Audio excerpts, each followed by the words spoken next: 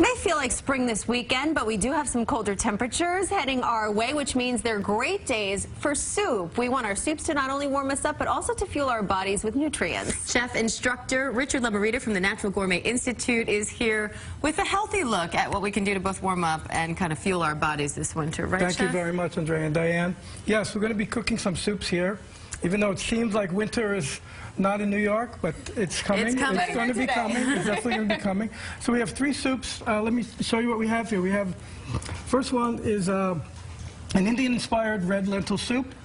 And we also have a Tuscan minestrone, and then we have a really interesting soup with roasted sweet potatoes and roasted red peppers. Love both of those ingredients. Yeah, great ingredients. So before we demo this, because you're going to tell us exactly what are in these two. Okay. So the red lentil soup, Indian-inspired red lentil soup, is red lentils. That's the main ingredient. There's also Swiss chard, and it's all about the spices in that particular soup. We have cumin and fennel, which are digestive spices. Oh, that's delicious. Thank you. Wow, that's really good. Thank you. I don't know why I sound so surprised. So the cumin and fennel really stimulate digestive fire. It also has turmeric, and turmeric is a very strong anti-inflammatory. And did you know that when you mix turmeric with black pepper, it increases the potency of the turmeric by about 2,000%? 2,000. Yeah. But it's not, I mean, I'm kind of a spicy whip, and it's not spicy. No, it's very refined. It's not overly spicy. Right. Spicy doesn't have to mean hot either. Right, it's not, exactly. Right. It doesn't burn when you eat it. And what about this? And here we have a Tuscan minestrone soup. And here it's all about the vegetables, the vitamins and minerals in the vegetables. We have beans and grains, rice and bread. So whenever you have a bean and grain combination, you have a full protein. So this is a one-pot meal. This is a meal in itself. That's delicious, the nice thing about these two. Not only are they kind of hearty and warming, but less cleanup at the end. Yeah, right. Good soups. Exactly. So what are we making here? Okay, so here's the roasted sweet potato and roasted red pepper soup.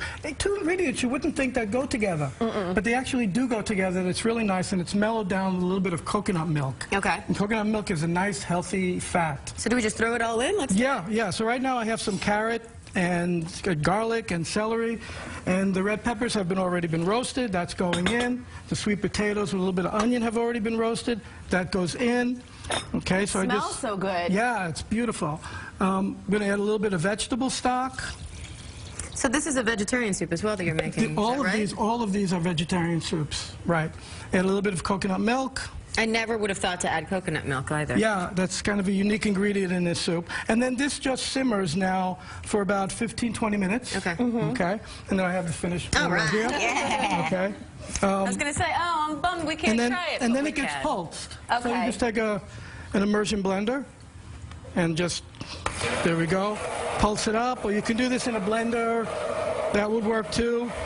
Anything to kind of incorporate it all together. Right. You can make it a little bit chunky if you like. What's nice about soups like this, too, is especially, we're frequently working in the field and looking for things we can bring for lunch. This is easy to throw in a thermos or even in a to-go cup. And you can even drink it if you need to. Absolutely.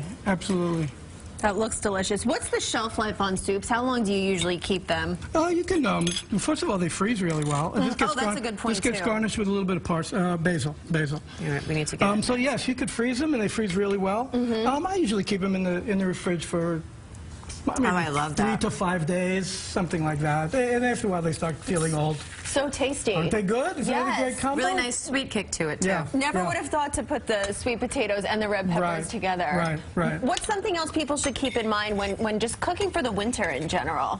Well, just mix it up. At the school where I teach, which is the Natural Gourmet Institute, we cook health supportive. Right. That's our line. It's health supportive, which means that we try to get the relationship between food and healing, between food and health. We teach everything about that. Any strategy, the sort of general rules on what ingredients to combine?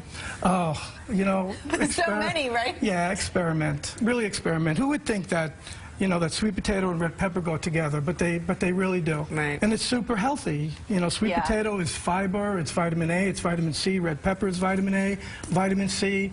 So and it's delicious. Thank you so much. We so appreciate you can sit with us. To get all the recipes for the soups, you can head to our website, cbsnewyork.com.